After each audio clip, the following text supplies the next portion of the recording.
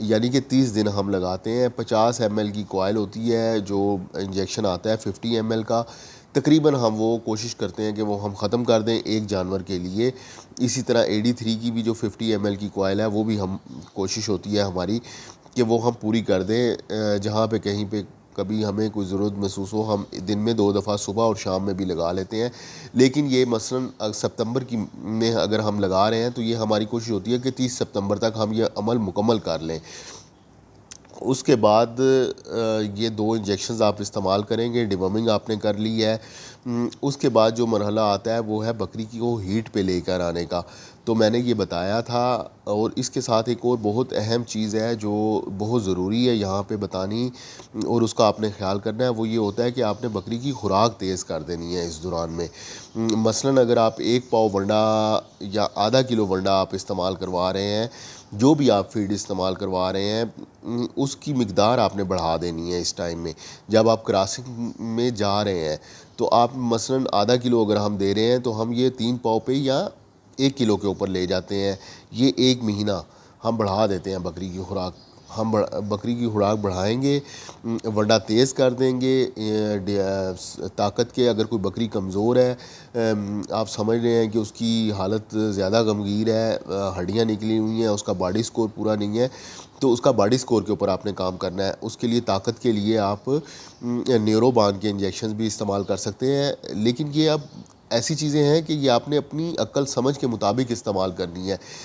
یہ ہم ایک بالکل پیٹ فارمولہ آپ کو نہیں دے سکتے ہیں. جانور کی کنڈیشن کے حساب سے آپ نے چلنا ہوتا ہے. اگر کوئی جانور زیادہ کمزور ہے تو اس کو ہم سیلیبیٹ 5 ایم ایل صبح لگا لیں گے, 5 ایم ایل شام میں لگا لیں گے. لیکن اگر ایک جانور صحت مند ہے, ہم نے صرف اس سے بچے لینے کے لیے یا اچھے ہیلدی بچے لینے کے لیے ہم نے اس کو سیلیبیٹ کا استعمال کرانا ہے تو ہم اس کو صرف 5 ایم ایل لگائیں گے. ہمیں ڈبل لگانے کی ضرورت نہیں ہے. اور اگر کمزور جانور زیادہ ہی کمزور جانور ہے تو ہم اس کو ساتھ میں نیورو بان کے شاٹ 5 سے 7 انجیکشن نیورو بان کے, یعنی کہ 1 انجیکشن آج لگائیں گے, ایک دن چھوڑ کے دوسرے دن لگا لیں گے. اس سے ہوتا یہ ہے کہ جانور اپنی خوراک تیز کر دیتا ہے. جو ونڈا ہم دے رہے ہیں, جو استعمال کرا رہے ہوں گے جانور, وہ تیزی سے کھانا لگ جائے گا. جب جانور اپنی خوراک تیز کرے گا تو اس کا باڈی سکور آٹومیٹیکلی اپ ہو جائے گا, اور جانور اس سارے عمل کے دوران جانور ہیٹ پہ آٹومیٹیکلی آ جاتا ہے. ہمیں کچھ کرنے کی ضرورت نہیں ہوتی. لیکن پھر بھی جب ہمیں سیلیبیٹ اور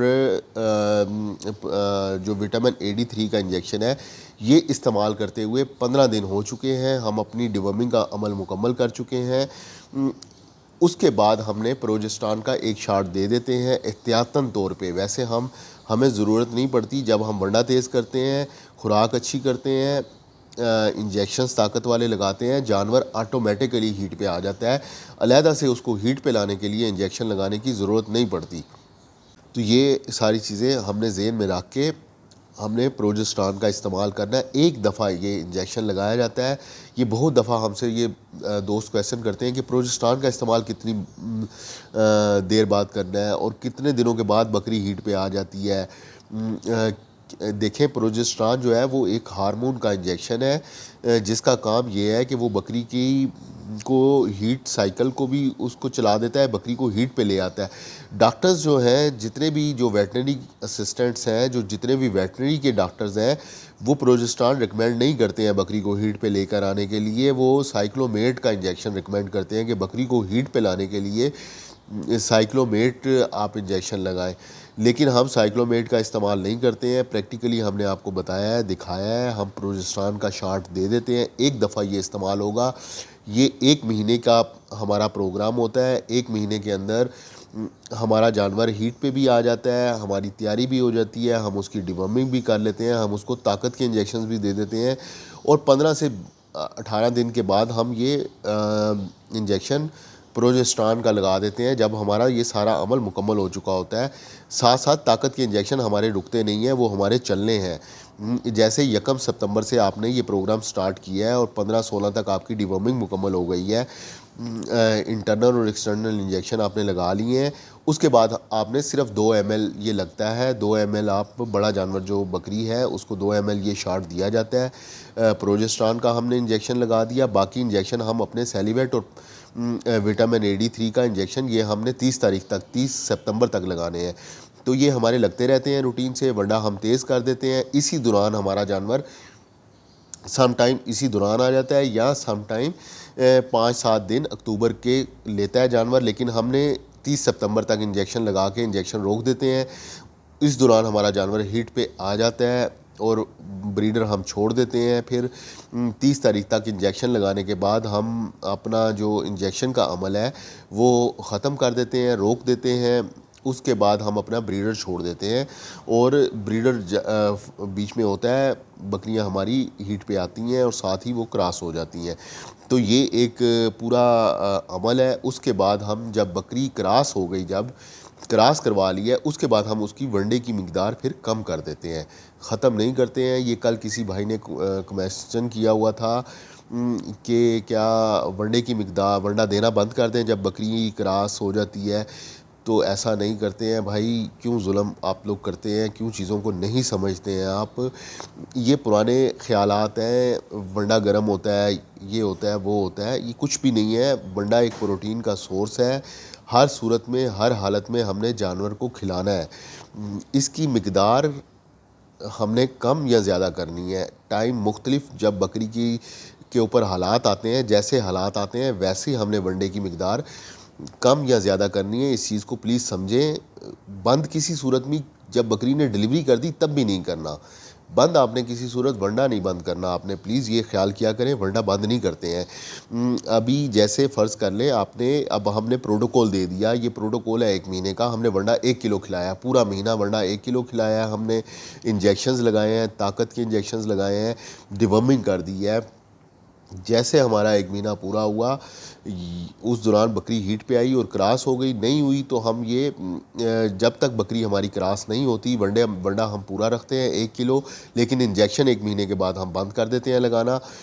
ویسے تو زیادہ تر اس دوران بکریاں 20-22 دن کے اندر ہی ہیٹ پہ آ جاتی ہیں اور کراس ہو جاتی ہیں، اور جیسے ہی بکری کراس ہوئی ونڈے کی مقدار ہم کم کر دیں گے، اس وقت ختم نہیں کریں گے، کم کر دیں گے۔ ہم ونڈا 1 کلو سے واپس ½ کلو کے اوپر لے آئیں گے، یہ ½ کلو ونڈا ہم پھر کھلاتے رہیں گے۔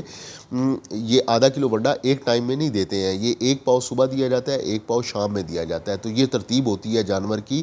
اگر ½ کلو ونڈا آپ اکٹھا کھلاتے ہیں جانور کو، بعض اوقات ہضم کرنے میں اس کو مسئلہ ہوتا ہے، 1 پاؤ ونڈا صبح دیں، 1 پاؤ شام میں دیں، باقی ٹائم میں خشک لوسن استعمال کرائیں۔